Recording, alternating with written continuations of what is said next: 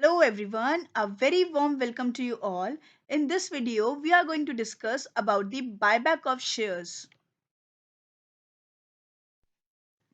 Now, the meaning of buyback.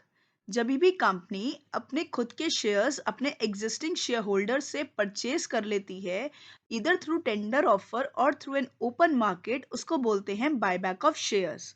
Buyback generally company करती है जो भी कंपनी के शेयर्स का मार्केट प्राइस होता है उससे हायर प्राइस पे। रीजंस क्या होते हैं कंपनी जब बायबैक पे जाती है? It can be any reason. May be company के पास कुछ एक्सेस कैश पड़ा हुआ है but not enough projects to invest in. Means company के जनरल रिजर्व्स में एक्सेसिव कैश इकट्ठा हो गया है और कंपनी के पास कोई ऐसे प्रोजेक्ट्स नहीं है इन्वेस्ट करने के लिए। कंपनी का जो बायबैक होता है वो एक बहुत ही टैक्स इफेक्टिव ऑप्शन होता है। अगर कंपनी को ऐसा लगता है कि कंपनी के जो नंबर ऑफ शेयर्स हैं मार्केट में वो इंक्रीज हो गए हैं, तो उसको कम करने के लिए भी कंपनी बायबैक करती है। Now, is buyback a win win strategy? क्या बायबैक एक विन विन सिचुएशन है? Answer is yes. और बायबैक किन किन लोगों के लिए एक विन विन सिचुएशन है? For the share holders and also for the share holders. अब ये कौन से शेयर होल्डर्स हैं जिनके लिए बायबैक एक विन विन सिचुएशन होती है? बायबैक एक विन विन सिचुएशन है उन लोगों के लिए जिन शेयर होल्डर्स ने बायबैक को एक्सेप्ट किया है, मींस जिन्होंने बायबैक को टेंडर कर लिया है, एंड ऑल्सो टू दो शेयर होल्डर्स जिन्होंने बायबैक को टेंडर नहीं किया है, मींस जिन्होंने अपने शेयर्स को कंपनी को वापस नहीं लौटाए हैं। So buyback is a win-win strategy for both the shareholders who have tendered the offer and who have not tendered the offer.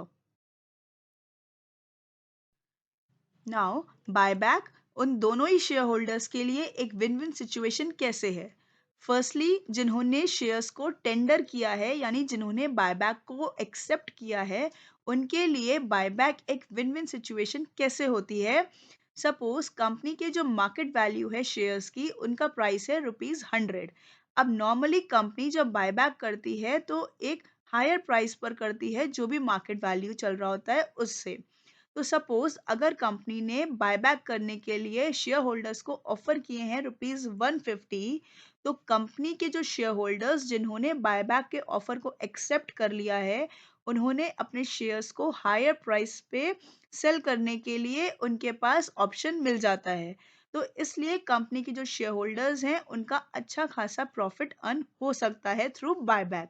इसीलिए जिन्होंने बायबैक को टेंडर किया है उनके लिए कंपनी उनके लिए एक बायबैक एक विन विन सिचुएशन बन जाती है और कंपनी के पास अपने शेयर्स वापस आ जाते हैं। नाउ, जिन्होंने शेयर्स को नॉन टेंडर्ड किया है, मींस बायबैक को एक्सेप्ट नहीं किया है, उनके लिए एक विन विन सिचुएशन ये कैसे है? अब जब कंपनी में नंबर ऑफ शेयर्स कम हो जाएंगे, मींस जब कंपनी बायबैक कर लेती है तो कंपनी के जो शेयर्स हैं, नंबर ऑफ शेयर्स मार्केट में वो ऑटोमेटिकली डिक्रीज हो जाते हैं। और जब नंबर ऑफ शेयर्स कम हो जाएंगे तो कंपनी का जो अर्निंग पर शेयर है वो बढ़ जाता है। अर्निंग पर शेयर हम कैसे निकालते हैं? Total earnings divided by number of shares. अब जब नंबर ऑफ शेयर्स कम हो जाएंगे तो अर्निंग पर शेयर बढ़ जाएगा। तो जो एग्जिस्टिंग शेयर होल्डर रह जाएंगे जिन्होंने शेयर्स को बायबैक एक्सेप्ट नहीं किया है, उनका अर्निंग पर शेयर बढ़ जाता है और फ्यूचर में उनका डिविडेंड और रिटर्न भी उनका इंक्रीज हो जाता है। तो इसीलिए कंपनी में जो शेयर होल्डर्स जिन्होंने टेंडर किया है या जिन्होंने नहीं भी टेंडर किया है, उन दोनों ही शेयर होल्डर्स के लिए एक बायबैक एक विन विन सिचुएशन होती है।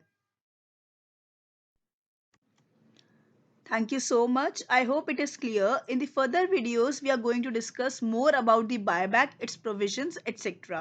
So stay connected.